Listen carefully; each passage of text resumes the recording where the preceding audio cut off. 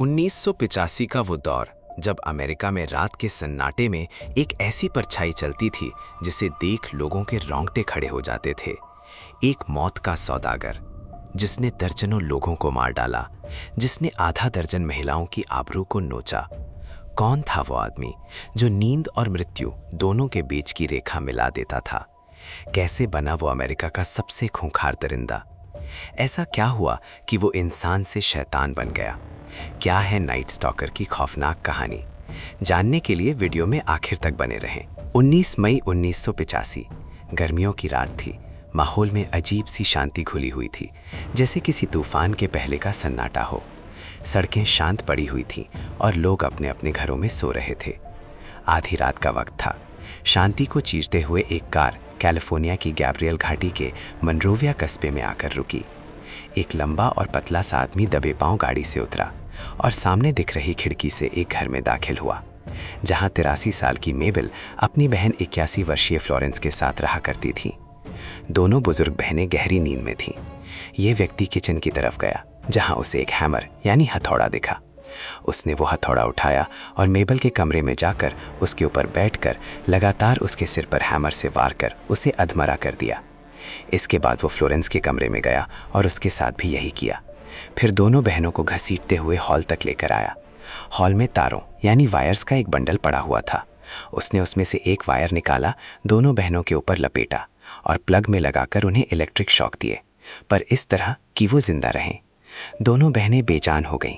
उनके अंदर इतनी भी जान नहीं थी कि वो इस आदमी को नजर उठाकर देख भी सकें। पर यह शैतान नहीं रुका। वो फ्लोरेंस के पास गया, उसके तन से कपड़े जुदा किए और मन भरने तक उसके साथ दुष्कर्म किया। सोचिए, हैमर से वॉर, इलेक्ट्रिक शॉक और फिर इस तरह से कुकर्म। बेचारी फ्लोरेंस का क्या हाल हुआ होगा। इसके बाद इस आदमी ने घर में रखा कीमती सामान चुराया, साथ में एक लिपस्टिक उठाई और फ्लोरेंस की जांघ और दीवार पर एक अजीब सा निशान बनाया, और जिस शांति से घर में घुसा था उसी खामोशी के साथ फरार भी हो गया। जबकि मेबल और फ्लोरेंस 2 दिनों तक इसी हालत में अपने घर में पड़ी रहीं। जब पड़ोसियों को कुछ गड़बड़ महसूस हुई तो पुलिस को जानकारी दी गई, और जब पुलिस इस घर में पहुंची तो वहां का नज़ारा देखकर उनके होश उड़ गए। ऐसा लग रहा था जैसे किसी क्राइम की कहानी की भयावह शूटिंग हुई हो। चारों तरफ खून ही खून, दोनों बहनों का बंधा और जगह जगह जला हुआ शरीर, और दीवार पर वो 5 कोनों वाला उल्टा तारे का शैतानी पेंटाग्राम चिन्ह जो फ्लोरेंस की जांघ पर भी बना हुआ था। ये सब देखकर पुलिस समझ चुकी थी कि ये काम किसी आम इंसान का नहीं, बल्कि किसी शैतान या शैतान के पुजारी का है, जिसके अंदर दया या भावना जैसी कोई चीज़ बची ही नहीं। इस घटना के बाद कैलिफोर्निया में डर के बादल मंडराने लगे। लोगों ने दरवाज़ों और खिड़कियों पर डबल लॉक लगाने शुरू कर दिए। रात होते ही शहर में ऐसा सन्नाटा पसर जाता मानो वहाँ कोई रहता ही नहीं, क्योंकि ये कोई पहली या आखिरी बार नहीं था, बल्कि ये तो शुरुआत थी अमेरिका के सबसे भयानक दौर की, जिसका मास्टरमाइंड था द नाइट स्टॉकर। ये नाम उसे लोगों ने दिया था क्योंकि वो हर रात अपने शिकार की तलाश में निकलता और एक खूनी दास्तान लिखकर बेखौफ अपने पिंजरे में छुप जाता। वो राह चलते लोगों को निशाना नहीं बनाता था, बल्कि घर में घुसकर वार करता था। लेकिन वो इतना खूंखार वहशी दरिंदा बना कैसे? इसे समझने के लिए हमें पीछे लौटना होगा, उस बच्चे के बचपन में जो आगे चलकर रिचर्ड रामरेज नाम का सीरियल किलर बना। रिचर्ड का पूरा नाम रिकार्डो लेवा मनोज रामरेज था। उसका जन्म 29 फरवरी 1960 को टेक्सास के एल्सो शहर में एक मिडिल क्लास फैमिली में हुआ था, जिसमें कुल 5 मेंबर्स थे और रिचर्ड सबसे छोटा था, इसलिए सबका लाडला भी। सभी रिचर्ड को प्यार से रिच बुलाते थे। वो बचपन में बहुत शर्मीला, शांत और कम बोलने वाला बच्चा था, पर तब शायद किसी को नहीं पता था कि इस शर्मीले चेहरे के पीछे एक खूंखार भेड़िया छिपा हुआ है, जिसके जन्म के जिम्मेदार कोई और नहीं बल्कि रिची के फादर ही थे। उनका नाम जूलियन रामरेज था। जूलियन एक फॉर्मर पुलिस ऑफिसर थे और मेक्सिको में अपनी जॉब पूरी करने के बाद टेक्सास में शिफ्ट हुए थे, जहां वो अमेरिकन रेल में मजदूरी करने लगे थे। जूलियन बहुत ही मेहनती इंसान थे, पर थोड़ी सी सैलरी अक्सर उनके मनोबल को तोड़ देती थी, और उसी का गुस्सा वो अपनी पत्नी और परिवार पर निकालते थे। बीवी बच्चों पर हाथ उठाना जूलियन के लिए आम बात हो चुकी थी। वो हर रोज शराब के नशे में धुत होकर आते, गुस्सा करते और जो हाथ में आता उसी से अपने बच्चों या बीवी की पिटाई करते, फिर चाहे वो बेल्ट हो, डंडा हो, पानी की मोटी पाइप हो या फिर बंदूक का बट। हद तो तब हो गई जब एक बार रिचर्ड को पीटते हुए जूलियन ने उस पर बंदूक तान दी। गोली लगभग चल ही गई थी कि ऐन मौके पर रिचर्ड का बड़ा भाई रॉबर्ट वहां आ गया और पिता के हाथ से बंदूक छीन ली। दूसरी तरफ रिचर्ड सामने खड़ा सर से लेकर पांव तक कांप रहा था। उसके चेहरे पर डर का भाव था, आंखों में आंसू और जुबान में कपकपी। रॉबर्ट ने जैसे तैसे रिचर्ड को समझाया, शांत किया और उसे सुला दिया, पर इस दिन के बाद से रिचर्ड को हर पल एक खौफ सताने लगा, जैसे वो अपने ही घर में असुरक्षित हो। इसलिए वो रोज स्कूल जाता ताकि घर का अशांत माहौल देखना ना पड़े। कई बार वो रात में डर के मारे पास के ही मुर्दा घर यानी ग्रेवयार्ड में जाकर सो जाता, और जब भाई यहाँ सोने की वजह पूछता तो कहता, मुर्दे अचानक गुस्से में आकर तुम्हें नुकसान नहीं पहुंचाएंगे। इस बात से ही अंदाज़ा लगाया जा सकता है कि वो किस कदर खौफ में था। पिता की मारपीट की वजह से बचपन में ही रिचर्ड के सिर में कई गंभीर चोटें लगी थीं। एक बार तो उसके पिता ने घर में रखी लकड़ी की कुर्सी उसके सिर पर दे मारी, जिससे उसका सिर फट गया। बाद में जब वो महज 5 साल का था, तब स्कूल में लगा झूला यानी स्विंग रिचर्ड के सिर में इसी जगह पर आकर गिरा और वो वहीं बेहोश हो गया। इस तरह 3 से 4 बार उसे सिर में चोट लगी। 2 बार तो वो मरते मरते बचा, लेकिन इन चोटों की वजह से उसके विकसित होते दिमाग पर गहरा असर पड़ने लगा था। वो सिर्फ 10 साल का था जब उसने मैरिजवाना जैसे नशे फूकने शुरू कर दिए। उसके अंदर चिड़चिड़ापन भी बढ़ता जा रहा था, लेकिन उसे जिंदगी में कभी कोई ऐसा इंसान नहीं मिला जो उसे सही और गलत के बीच फर्क बता सके। बल्कि जो भी मिला, उसने रिचर्ड को एक आम इंसान से सीरियल किलर बनने की पूरी ट्रेनिंग दी। और सबसे पहला ट्रेनर बना रिचर्ड का ही कजिन ब्रदर मिगेल या माइक रैमरेज। मिगेल रिचर्ड का चचेरा भाई था। घर में तनातनी का माहौल होने की वजह से वो स्कूल से आने के बाद खाना पीना खाकर कपड़े बदलकर मिगेल के पास चला जाता, ताकि पिता की पिटाई से बच सके। मिगेल एक पूर्व सैनिक था। रिचर्ड जब 12 से 13 वर्ष का था, तब मिगेल वियतनाम युद्ध से लौटकर एल पासो आया। पर अब वो एक साधारण सैनिक नहीं था, बल्कि एक किलर, साइको और क्रूर इंसान बन चुका था, जिसके दिमाग में सिर्फ और सिर्फ हिंसा भरी हुई थी। उसने वॉर के दौरान कई लोगों पर अत्याचार किए थे, लेकिन उसे इस सब पर शर्मिंदगी नहीं थी, बल्कि वो तो इन किस्सों को लोगों को बढ़ चढ़कर सुनाता था। उसने वियतनाम में किए गए दुष्कर्म और हत्याओं के ढेर सारे पोलराइड फोटो अपने पास संभाल कर रखे हुए थे, और अब वो अपने इन किस्सों को रिचर्ड को सुनाने लगा था। कभी वो अपने द्वारा किए गए दुष्कर्म की बात बताता, तो कभी टॉर्चर की। इतना ही नहीं, वो रिचर्ड को सबूत के तौर पर हर तस्वीर दिखाता, जिनमें से कुछ तो बेहद भयानक थी। किसी में महिला को बांधकर उसे प्रताड़ित किया जा रहा था, तो किसी में उनके बॉडी पार्ट्स को बिल्कुल छलनी कर दिया गया था। अब कहने को तो रिचर्ड बहुत छोटा था, लेकिन उसे इन सब तस्वीरों और बातों से जरा सा भी डर या झिझक नहीं हुई। वो घबराया भी नहीं, बल्कि उसे तो ये सारी चीज़ें आकर्षक लग रही थी। वो तस्वीरों में नेक महिलाओं को इत्मीनान और दिलचस्पी से देखता था। जब मिगेल को लगा कि अब सिर्फ कहानियों से काम नहीं चलेगा, तो उसने रिचर्ड को इन सब कामों की ट्रेनिंग देनी शुरू कर दी। कैसे किसी को होस्टेज बनाते हैं, कैसे किसी को लूटना है, मारना है, और कैसे किसी को कंट्रोल में रखना है। ये सभी चीज़ें रिचर्ड अपने ही बड़े कजिन से सीख रहा था। साथ ही उसने LSD जैसे नशे लेना भी शुरू कर दिया। 4 मई 1975 तक रिचर्ड 15 साल का हो चुका था। वो हर रोज़ की तरह स्कूल से आया, बैग उतारा, कपड़े बदले और खाना खाकर मिगेल के घर पहुंच गया। पर आज माहौल कुछ अलग था। मिगेल और उसकी वाइफ जैसी आपस में झगड़ रहे थे, लेकिन रिचर्ड वहां से वापस नहीं लौटा, बल्कि हॉल में पड़े सोफे पर जाकर बैठ गया और सब कुछ आराम से देखने लगा। इधर मिगेल और जैसी की तू मैन में बढ़ती चली गई, और मिगेल ने अपनी रिवॉल्वर से जैसी के सिर में 2 शॉट्स मारे। खून के छींटे वहीं बैठे रिचर्ड के चेहरे और कपड़ों पर भी गिरे, और बेचारी जैसी वहीं मारी गई। रिचर्ड की जगह कोई और होता तो हड़बड़ा जाता, लेकिन वो सामान्य रूप से बैठा रहा, जैसे कुछ हुआ ही ना हो। लेकिन बंदूक की आवाज़ सुनने के बाद आस पड़ोस के लोगों ने पुलिस को बुलाया, और पुलिस दोनों को गिरफ्तार करके ले गई। हालांकि रिचर्ड का इसमें कोई हाथ नहीं था, वो बस आई विटनेस था, इसलिए उसे छोड़ दिया गया। जबकि मिगेल भी एक मानसिक बीमारी PTS से पीड़ित था, इसलिए उसे मेंटल असाइलम में भेजा गया। लेकिन मिगेल के जाने के बाद रिचर्ड बिल्कुल अकेला पड़ गया। वो गुमसुम रहने लगा, ऊपर से उसके पिता की हरकतें अभी भी वैसी ही थी। इसलिए उसने सोचा क्यों ना अपनी बहन के पास जाकर रहा जाए। तो वो पास के ही शहर में अपनी बहन के घर पहुंच गया। लेकिन यहाँ उसकी बहन का पति रॉबर्टो भी एक अलग ही स्तर का साइको था। उसे रात अपनी पत्नी के साथ गुजारने से ज़्यादा मज़ा दूसरों के घरों की खिड़कियों से उनके बेडरूम में झांकने में आता था। वो हर रात अपने घर से निकलता, आस पड़ोस के घरों को चेक करता, जिसके बेडरूम की खिड़की, दरवाज़ा या पर्दा खुला होता, वहाँ घंटों तक बैठकर अंदर होने वाली गतिविधियों को देखता। और जब रिचर्ड यहाँ आया तो उसने रिचर्ड को भी अपने साथ मिला लिया। वो उसे लेकर जाता और दोनों कई कई घंटों तक लोगों की निजी पलों को देखते, कभी लड़कियों को कपड़े बदलते हुए तो कभी संभोग करते हुए। ये लगभग रोज़ की कहानी बन चुकी थी। मतलब रिचर्ड कुएं से निकलकर खाई में आ गिरा था। पहले मिगेल ने उसके दिमाग में दरिंदगी भरी थी, और अब रॉबर्टो उसके छोटे से दिमाग में घिनौनापन भर रहा था। इसी तरह 2 साल और गुजर गए, और अब रिचर्ड 17 साल का हो चुका था। पढ़ाई तो चल ही रही थी, लेकिन छोटे मोटे खर्चों के लिए उसने पढ़ाई के साथ साथ टेक्सास के ही होटल हॉलिडे इंन में पार्ट टाइम नौकरी ज्वाइन कर ली। अब वो रोज सुबह स्कूल जाता और स्कूल के बाद अपनी नौकरी पर। नौकरी करते हुए उसे कुछ 3 से 3.5 महीने ही हुए थे कि यहाँ रिचर्ड को पता चला कि होटल के हर रूम को खोलने के लिए एक मास्टर की होती है। मतलब एक ऐसी चाबी जिससे किसी भी कमरे को आसानी से खोला जा सकता है। लेकिन ये चाबी स्टाफ को नहीं दी जाती थी। जब कोई इमरजेंसी सिचुएशन हो या बहुत ज़रूरी काम हो, तभी किसी कमरे को खोलने के लिए मास्टर की का इस्तेमाल होता था। पर रिचर्ड इस चाबी के सहारे क्राइम की दुनिया में घुसने की प्लानिंग कर चुका था। इसलिए एक दिन वो रिसेप्शन पर गया और रूम सर्विस के बहाने मास्टर की ले ली। रिसेप्शनिस्ट ने भी दे दी, मतलब चाबी उसे रूम सर्विस के बहाने मिल सकती थी। उसे ये तरीका बिल्कुल ठीक लगा और वो हर रात उस मास्टर की को अपनी जेब में डालकर निकलता। जो भी गेस्ट कमरे में अपना सामान छोड़कर बाहर गया होता, उस कमरे में जाता और सभी कीमती चीजें, पैसा, ज्वेलरी चुराकर बाहर आ जाता। ये अब उसका रोज का काम हो चुका था। पर एक दिन उसकी ये चाल उल्टी पड़ते पड़ते बच गई। दरअसल हर रोज की तरह वो एक रात जब कमरों को चेक कर रहा था, तब उसकी नजर एक कमरे पर पड़ी जो बाहर से बंद था। मतलब ये कमरा बुक्ड था, पर शायद उस वक्त उसमें कोई नहीं था। जो था वो बाहर गया हुआ था, ऐसा उसने सोचा और मास्टर की से दरवाजा खोलकर अंदर दाखिल हो गया। पर सरप्राइजिंगली इस कमरे में एक कपल रह रहा था, जिसमें वो आदमी कुछ सामान लेने के लिए बाहर गया हुआ था, जबकि लेडी अभी भी कमरे के अंदर ही थी। और जब उसने रिचर्ड को यूं अपने रूम में आते देखा तो वो शॉक्ड रह गई। उसे समझ नहीं आ रहा था कि वो बिना चाबी के ऐसे कमरे में आया कैसे, जबकि रूम तो उसका हस्बैंड बाहर से लॉक करके गया था। पर उसने ऐसा कोई सवाल पूछने की बजाय डर के मारे चिल्लाना शुरू कर दिया। पर तभी रिचर्ड ने उसके ऊपर धावा बोल दिया। उसने उसका मुंह दबाया और उसे पीटने लगा। इतना ही नहीं, उसके साथ जबरदस्ती करने की कोशिश भी की। लेकिन इससे पहले कि वो उस महिला के साथ कुछ कर पाता, उसका पति कमरे में दाखिल हो गया और रिचर्ड को पीटना शुरू कर दिया। दोनों के बीच घमासान लड़ाई हुई। शोर शराबा सुनकर आसपास के कमरों के लोग भी आ गए। बात स्टाफ और मैनेजर तक पहुंची और रिचर्ड के खिलाफ इस कपल ने पुलिस में शिकायत दर्ज कराई। रिचर्ड को पुलिस अपने साथ ले गई, लेकिन अगले ही दिन ये कपल अपनी शिकायत वापस ले लिया, क्योंकि वो किसी दूसरे शहर से यहाँ घूमने के लिए आए थे और अगर ये केस लंबा चलता तो उन्हें हर तारीख पर हाजिर होना पड़ता, जो काफ़ी परेशान करने वाला होता। इसीलिए उन्होंने केस वापस ले लिया।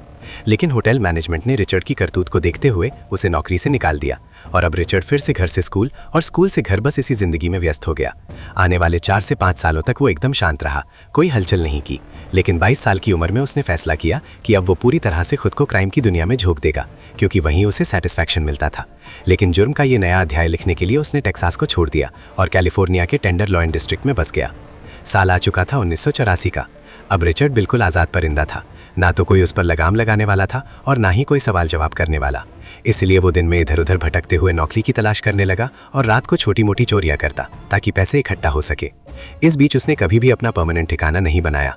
वो कभी सैन फ्रांसिस्को में होता तो कभी लॉस एंजलिस में। इसी बीच उसे कोकीन के नशे की आदत भी पड़ गई, जो जल्द ही उसकी पसंदीदा लत बन गई। लेकिन ड्रग्स के लिए चाहिए थे ज़्यादा पैसे, इसलिए अब उसने नौकरी की तलाश बंद करके पूरी तरह से चोरी न डकैती और लूटपाट शुरू कर दी। पूरे शहर में छुटपुट घटनाएं होने लगी थी। कहीं से कार चोरी हुई तो कहीं से सोने चांदी के आभूषण और नकदी। लेकिन तब किसी को अंदाजा भी नहीं था कि ये छोटी मोटी चोरियां जल्द ही एक भयानक मोड़ लेने वाली हैं। और अब दिन आ चुका था 10 अप्रैल 1984 का। जिस होटल में रिचर्ड रह रहा था, उसी बिल्डिंग के नीचे पार्किंग एरिया में एक 9 साल की बच्ची की डेड बॉडी मिली, जिसके साथ बहुत ज्यादा बर्बरता की गई थी। उसके शरीर पर चाकू से इतने ज्यादा वार किए गए थे कि शरीर का एक एक अंग बाहर आने की कोशिश कर रहा था। उसका सिर, चेहरा, सीना, पैर, हाथ, हर जगह को चाकुओं से छलनी कर दिया गया था। जिस किसी ने भी इस बॉडी को देखा, उसकी चीख निकल गई। पुलिस आई, इन्वेस्टिगेशन हुई, लेकिन ये सब किसने किया पता नहीं चल सका। पर बाद के दिनों में ये दावा किया गया कि ये रिचर्ड द्वारा किया गया पहला खून था। यहीं से उसने अपने खूनी खेल की शुरुआत की थी। और इसका अगला चैप्टर उसने 28 जून 1984 को जोड़ा, जब लॉस एंजलिस शहर के ग्लासेस हिल पार्क इलाके की 49 वर्षीय जैनी अपने बेटे के साथ रहा करती थी। लेकिन उस रात उनका बेटा घर पर नहीं था, मतलब वो बिल्कुल अकेली थी। 28 जून की रात को जैनी ने सब काम खत्म किया और अपने बिस्तर पर जाकर सो गई, लेकिन इसके बाद उन्होंने कभी आंखें नहीं खोली। 29 जून की सुबह जब उनका बेटा जैक विनकोव उनसे मिलने के लिए आया, तो बिस्तर पर खून से लथपथ अपनी मां का शव देखकर स्तब्ध रह गया। वो चीखता हुआ बाहर गया और आसपास के लोगों को बुलाया। कुछ ने अंदर जाने की हिम्मत की, लेकिन जनी का शरीर बहुत ही बुरी हालत में था। उनके सिर को इस तरह से काटा गया था कि वो बस 4 से 5% ही धड़ से जुड़ा हुआ था, बाकी पूरी तरह से अलग होने को था। बाद में पुलिस को बुलाया गया और इन्वेस्टिगेशन में पता चला कि जनी को उस वक्त मारा गया जब वो गहरी नींद में थी, इसीलिए सेल्फ डिफेंस के कोई निशान नहीं थे। यहाँ तक कि किलर इतना शातिर था कि खिड़की से आकर उसने इतना बड़ा कांड किया, पर इसके बावजूद उसकी उंगलियों, हाथ, पैर या जूतों के कोई भी निशान नहीं थे। इसीलिए पुलिस के लिए भी ये केस बहुत पेचीदा बन गया। आसपास के लोगों को डर सताने लगा कि कहीं बाहर कोई खतरा तो नहीं। हालांकि पुलिस ने इसे रॉबरी से जोड़ा, क्योंकि जनी के घर से लगभग हर कीमती चीज गायब थी और अगले 9 महीनों तक शहर में पूरी तरह से सन्नाटा रहा, इसीलिए डर थोड़ा कम हो गया। लेकिन एक बार फिर सन्नाटे को चीरते हुए कुछ चीखें गूंजी। 17 मार्च 1985 का दिन आ चुका था। रविवार की रात को लॉस एंजलिस के उपनगर रोजमीड में रहने वाली 22 साल की मारिया फर्नांडिस अपनी कार से घर पहुंची। कार से उतरकर गैराज का शटर ऊपर किया, लेकिन उसे जरा भी अंदाजा नहीं था कि रिचर्ड पहले से ही वहां सेंध लगाए बैठा है। मारिया ने शटर उठाया और वापस अपनी गाड़ी में आकर बैठ गई। जैसे ही उसने गाड़ी को गैराज में लगाया, रिचर्ड भागता हुआ उसकी तरफ आया और 2 शॉट उसकी खोपड़ी पर मारे, पर किस्मत से मारिया बच गई, क्योंकि डर के मारे उसने अपने हाथ चेहरे पर रख लिए थे और उसके हाथ में गाड़ी की चाबी थी, जिसने उन बुलेट्स को अपने ऊपर ले लिया।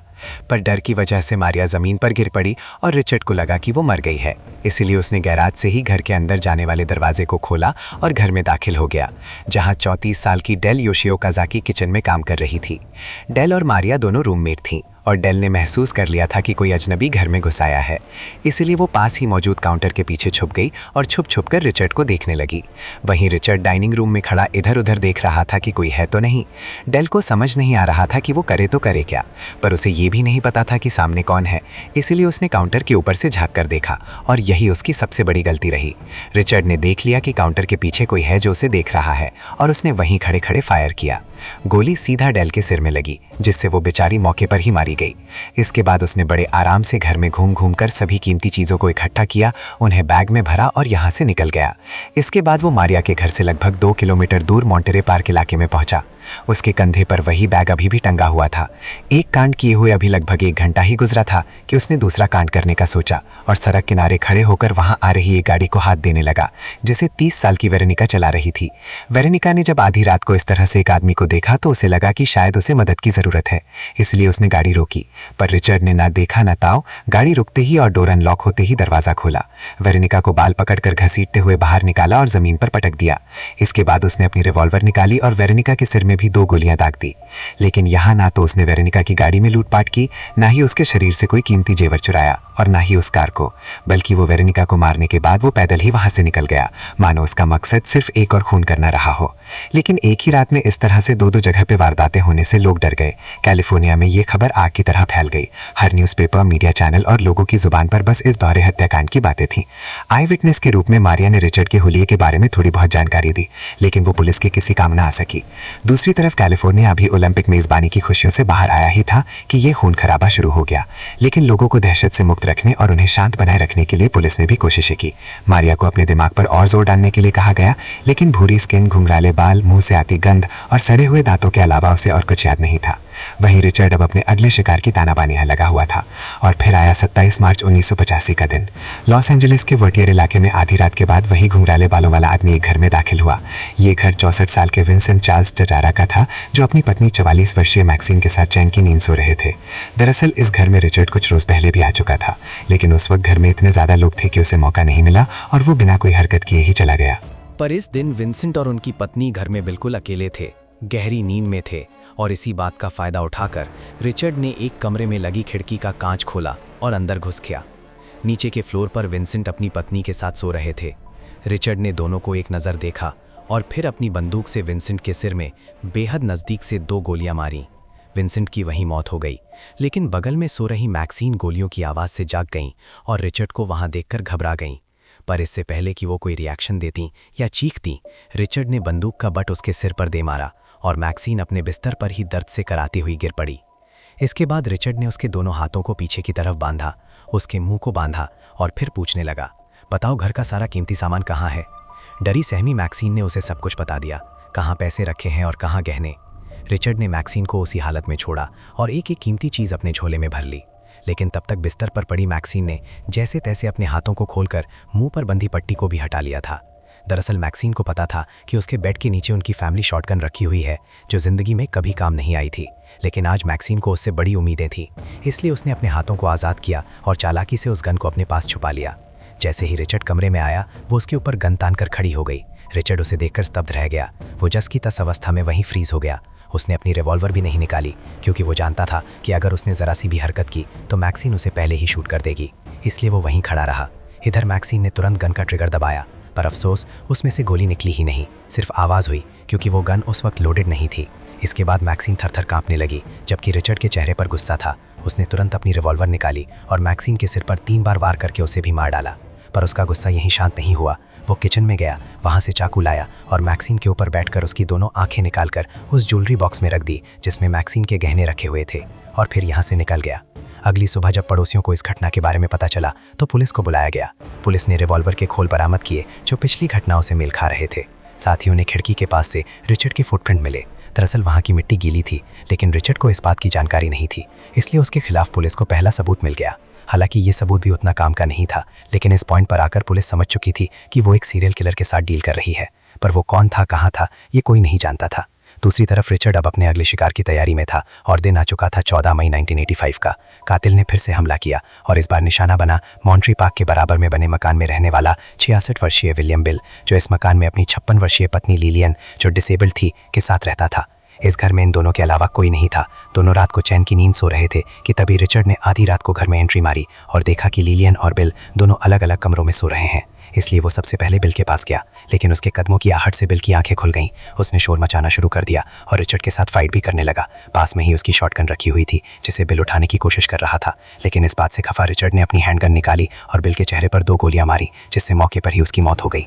इसके बाद उसने घर में घूम घूम कर जो भी कीमती सामान था वो अपने झोले में डाला और फिर लिलियन के कमरे में गया, जो आराम से अपने बेड पर सो रही थी। लेकिन रिचर्ड के कमरे में दाखिल होते ही उनकी भी आंख खुल गई, पर वो कोई हरकत करती या चिल्लाती उससे पहले ही रिचर्ड उस पर टूट पड़ा और बेरहमी से उसका दुष्कर्म कर वहां से फरार हो गया।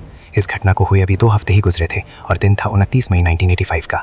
इस दिन रिचर्ड ने एक मर्सिडीज गाड़ी चोरी की और एक भयानक वारदात को अंजाम दिया। उसने गैब्रियल घाटी के मोन्रोविया टाउन में मेबिल और उसकी बहन फ्लोरेंस के साथ वही कांड किया जिसका जिक्र हम ऊपर कर चुके हैं। हैमर से मारपीट, इलेक्ट्रिक शॉक और फ्लोरेंस के साथ हुए दुष्कर्म की वजह से दोनों बहनें शॉक में थीं। 2 दिन बाद उन्हें अस्पताल में भर्ती करवाया गया, लेकिन चोटों के घाव इतने गहरे थे कि दोनों में से किसी की जान नहीं बच पाई। एक के बाद एक घटनाओं को अंजाम देने के बाद रिचर्ड की हिम्मत भी बढ़ती जा रही थी, क्योंकि वो हर काम इतनी सफाई से कर रहा था कि पुलिस के पास उसे जुड़ा कोई सबूत ही नहीं था। आधा दर्जन लोगों को मारने और उनके घरों से चोरी करने के बावजूद पुलिस के हाथ खाली थे। इसलिए अब उसने ज्यादा दिनों का इंतजार नहीं किया और अगले ही दिन 30 मई 1985 को हॉलीवुड के बर्बैंक इलाके में 42 वर्षीय कैरोल खाफे घर में फंसा। कैरोल का एक 11 साल का बेटा था। उन दोनों के अलावा घर में और कोई नहीं था। रिचर्ड ने दोनों माँ बेटे के हाथों में हथकड़ी डालकर उन्हें बंधक बना लिया और बंदूक की नोक पर जुबान बंद रखने को कहा। कैरोल अपने बेटे के लिए परेशान थी। वो डर से कांप रही थी और बेटे की जान की दुहाई मांग रही थी। रिचर्ड ने चीखते हुए पूछा, घर का सारा कीमती सामान, पैसे कहाँ हैं? कैरोल ने उसे एक एक चीज दे दी, लेकिन रिचर्ड का मूड बन चुका था। वहां चाकू ढूंढने लगा, पर चाकू तो था ही नहीं। तब उसने टेलीफोन लैंडलाइन का वायर खींचा और उससे विटनी का गला दबाने लगा, लेकिन वायर के घर्षण की वजह से अर्थिंग हुई और कमरे की लाइट टिमटिमाने लगी, कभी चली कभी बुझी। बिस्तर पर पड़ी विटनी के शरीर में भी हलचल होने लगी।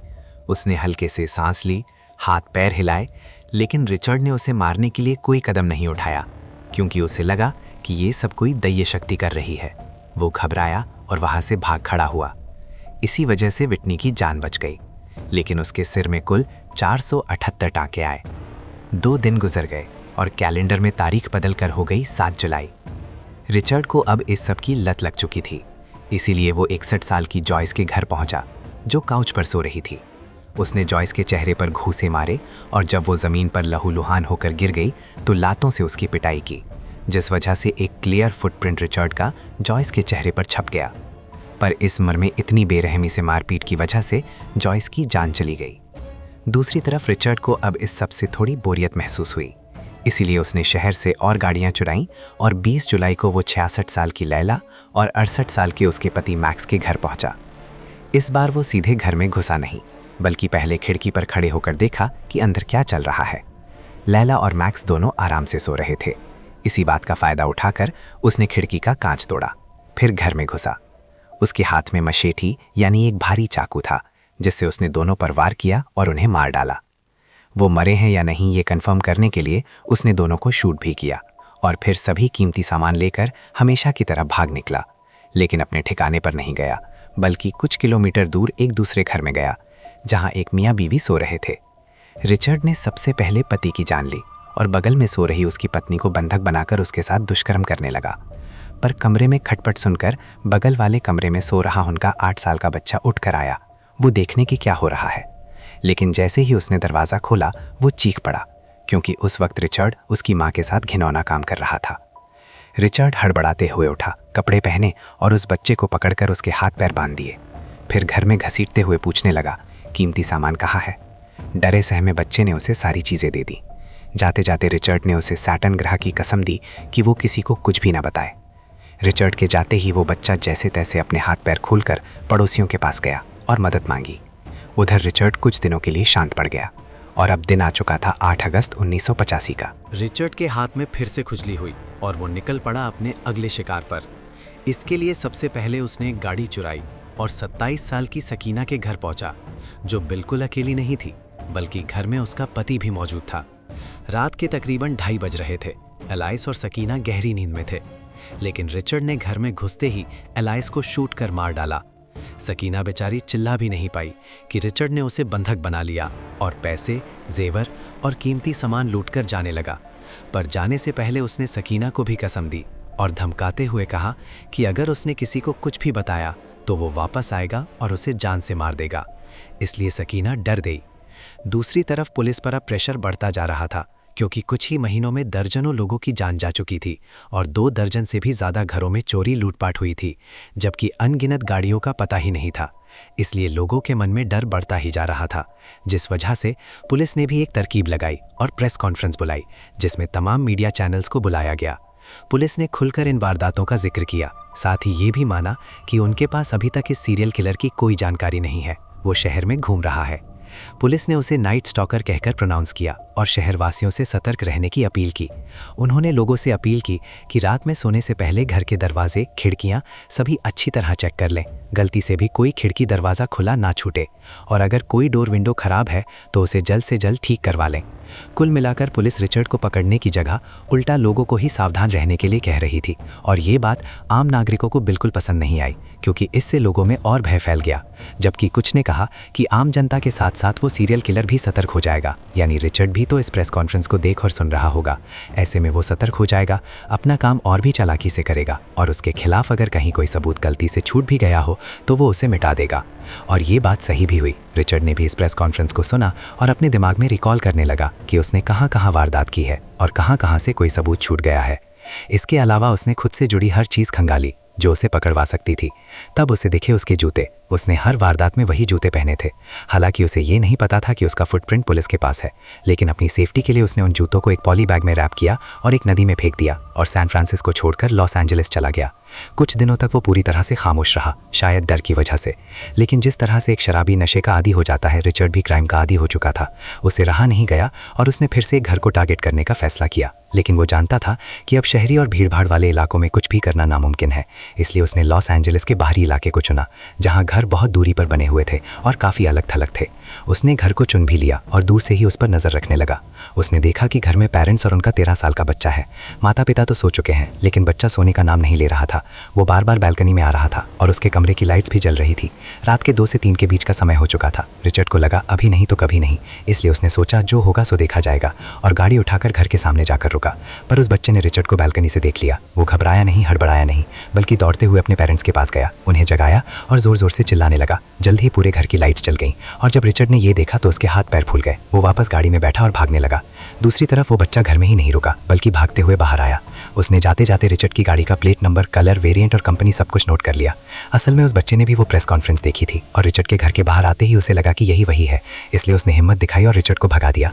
अगले दिन पुलिस को पूरी जानकारी दी और उसकी ये समझदारी पुलिस के लिए सबसे बड़ा क्लू बनी और रिचर्ड की गिरफ्तारी की सबसे बड़ी वजह भी। कुछ ही दिन बाद 28 अगस्त को पुलिस वालों को वो गाड़ी भी मिल गई। साथ ही उसमें रिचर्ड के फिंगरप्रिंट भी मिले, जिन्हें वो जल्दी में साफ करना भूल गया था। और जब पुलिस ने उन फिंगरप्रिंट्स को अपने डेटा में सेव्ड क्रिमिनल से मैच किया तो वो रिचर्ड से मैच हो गए। दरअसल रिचर्ड को जालान आदि की वजह से पहले भी पुलिस स्टेशन के चक्कर काटने पड़े थे, लेकिन तब किसी को नहीं पता था कि वो एक सीरियल किलर है। और जब पता चला तो पुलिस ने एक बार फिर प्रेस कॉन्फ्रेंस की और इस बार रिचर्ड की साफ सुथरी तस्वीर चारों तरफ सर्कुलेट कर दी गई। अब हर न्यूज़पेपर के पहले पन्ने पर सिर्फ एक ही चेहरा था, रिचर्ड रैमरेस का। साथ में उसका नाम और उसके आगे सीरियल किलर बड़े बड़े अक्षरों में लिखा गया था। रिचर्ड समझ गया कि अब इस शहर में उसकी दाल नहीं गलेगी और पुलिस आज नहीं तो कल उसे पकड़ ही लेगी। इसीलिए उसने टक्सन एरिजोना के लिए बस पकड़ी, जहां उसका भाई रहता था, जिसने अभी तक रिचर्ड की करतूतों के बारे में कुछ सुना ही नहीं था। इसलिए जब रिचर्ड वहां पहुंचा तो उसने उसे घर में रहने की अनुमति दे दी। पर रिचर्ड को लगा कि अगर पुलिस उसे ढूंढते हुए यहां पहुंच गई तो उसका भाई बेवजह फंस जाएगा, जबकि उसने तो कुछ किया ही नहीं। इसीलिए वो 1 घंटे के अंदर ही लॉस एंजलिस वापस आ गया, जहां हर अखबार में अपनी तस्वीर देखकर वो घबरा गया और मेन रोड की तरफ गया। वहां उसने गाड़ी को हाथ देकर रोकने की कोशिश की, पर ट्रैफिक की वजह से यहाँ से भी भाग गया और फिर दूसरी गाड़ी को रोककर उसमें ज़बरदस्ती घुसने की कोशिश करने लगा। लेकिन पास में ही खड़े लड़कों के एक ग्रुप ने उसकी ये हरकत देख ली। जब वो उससे पूछने के लिए आए कि क्या प्रॉब्लम है, तब रिचर्ड उनसे धक्का मुक्की करने लगा, जिसकी वजह से लड़कों ने उसे खूब पीटा और फिर पुलिस को बुलाया और इस तरह रिचर्ड पुलिस के हाथ लग गया। लेकिन जब उसे कोर्ट में पेश किया गया तो कोर्ट के बाहर हजारों की संख्या में लड़कियां रिचर्ड के नाम के जयकारे लगा रही थीं, उसे अपना जाने बाहर जाने जिगर बता रही थीं। उनका कहना था कि वो इतना क्यूट है कि ऐसा कुछ कर ही नहीं सकता। आलम यह था कि बाहर मीडिया से ज़्यादा आम लड़कियों की भीड़ थी जो बस रिचर्ड की एक झलक पाने के लिए मरी जा रही थीं। लेकिन कोर्ट उसके गुनाहों को जानता था, इसीलिए उसे डेथ पेनाल्टी दी गई और उसकी सज़ा थी गैस चेंबर में जिंदा बंद करके मारने की। सज़ा सुनते ही रिचर्ड बौखला गया। दूसरी तरफ लड़कियों ने उसे जेल में रहते हुए भी खत लिखे, यहाँ तक कि डॉरिन नाम की एक लड़की ने तो 70 से भी ज़्यादा लेटर्स लिखे और जेल में रहते हुए ही उससे शादी कर ली।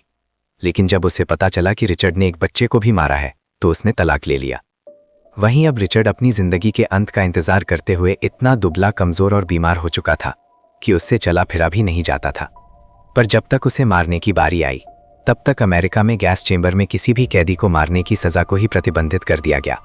लेकिन रिचर्ड को यहाँ तक लाने की ज़रूरत ही नहीं पड़ी, क्योंकि वो अपने मरने की खबर से इतना सदमे में था कि उसने पहले ही दम तोड़ दिया और इस तरह अमेरिका के एक खौफनाक सीरियल किलर का अंत हो गया। लेकिन उसकी दरिंदगी के किस्से आज भी डॉक्यूमेंट्रीज, किताबों और लोगों के जहन में कैद हैं। वीडियो पसंद आई हो तो लाइक और शेयर ज़रूर करें। चैनल से जुड़े रहने के लिए सब्सक्राइब करें और बेल आइकन को प्रेस करना ना भूलें। मिलते हैं अगली वीडियो में, तब तक के लिए बाय बाय। आपको ये कहानी कैसी लगी कमेंट सेक्शन में लिखकर जरूर बताएं। ये तो सिर्फ शुरुआत है, असली कहानियां अभी बाकी हैं। ऐसे ही अनोखे किस्से चाहते हो तो द यूनिक को सब्सक्राइब करना मत भूलना। मिलते हैं नेक्स्ट वीडियो में।